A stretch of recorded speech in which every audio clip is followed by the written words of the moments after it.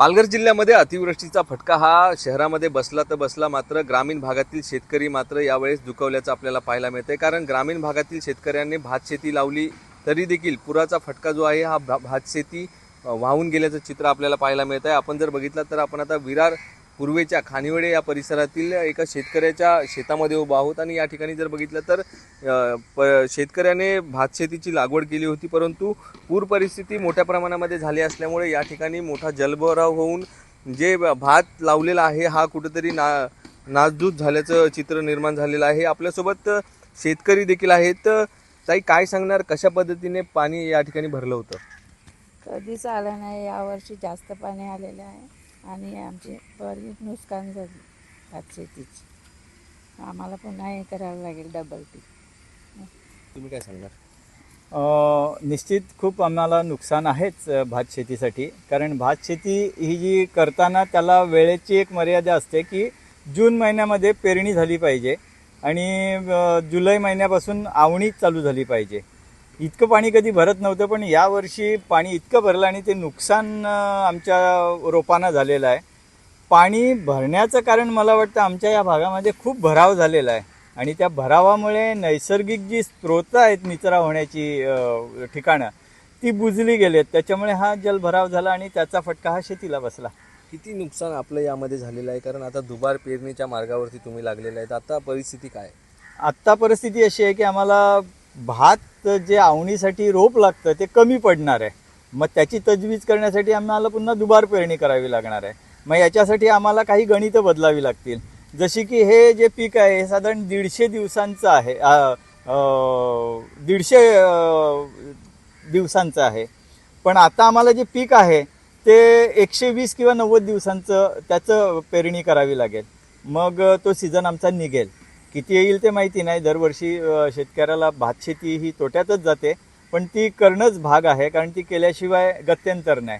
बाकी दुसरी काय या भागात कामं इतकी नाही आहेत, त्याच्यामुळे भात शेती करावी लागते। यंदाच्या वर्षी पाऊस मोठ्या प्रमाणामध्ये झालेला आहे, या ठिकाणी पाणी भरण्याचे नेमके कारण काय? पाणी म्हणजे खरंच ते ह्या बाजूने खूप जे जागा लोकांनी घेतलेल्या आहेत, आमच्या गावकऱ्यांनीही जागा विकलेल्या आहेत आणि त्या दुसऱ्यांनी ज्यांनी घेतलेल्या आहेत त्यांनी तिथे खूप असं 15-15, 20-20 फुटांचे भराव केलेले आहेत आणि त्या भरावामुळे नैसर्गिक पाणी जो निचरा होत होता त्याला बाधा झालेली आहे आणि त्याच्यामुळे इथे तुंब बसते आणि पाणी भरतो। पाणी भरल्यावर नुकसान। आता घरात पण पाणी घुसलेलं आहे बऱ्याच ठिकाणी। आमच्याच गावात या खालच्या बाजूला जे सखल भाग नव्हता पण तो आता सखल झालेला आहे, म्हणजे भरावाचा खूप परिणाम झालेला आहे। भरावावरती काय प्रशासन कारवाई करत नाही? असं तर दिसतच नाही, प्रशासन काही कारवाई करत नाही, कारण ते भराव तर राजरोस होत आहेत। आता या ठिकाणी आपण दुबार शेती करत आहात, परंतु यामधून आपलं नुकसान झालेलं आहे, शासनाकडे काय मागणी असेल?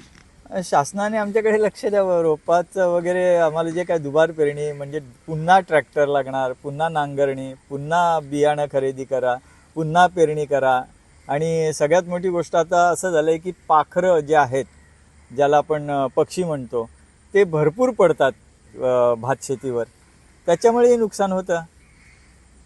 वेळेवर पेरणी झाली तर पक्ष्यांना ते दाणे दिसत नाही आणि ते उचलत नाही। आता ते रोव करून टाकणार म्हणजे दाणे उचलणार, तिथूनही नुकसान आहे। शासनाने आमच्याकडे लक्ष देऊन शेतकऱ्यांना दिलासा द्यावा। यंदाच्या वर्षी पाऊस उशिराने आला, परंतु महापूर या ठिकाणी निर्माण झाला। कशी काय परिस्थिती आहे इतर गावांमध्ये? यंदा हे पहिल्यांदाच असं घडलं की पाऊस लागला आणि लागल्याबरोबर पूर आला।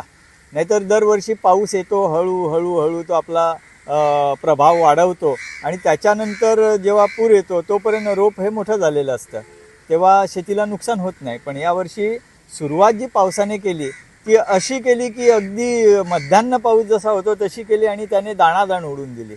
अगदी आमच्याकडचे जे पायाभूत सुविधा आहेत त्यांनाही खूप मोठा फटका बसलेला आहे। जसं आमच्याकडचा पांढरतारा पूल आहे, आमच्याकडचा बांधारा आहे, रस्ते अंतर्गत आहेत, घरामध्ये पाणी घुसलेलं आहे।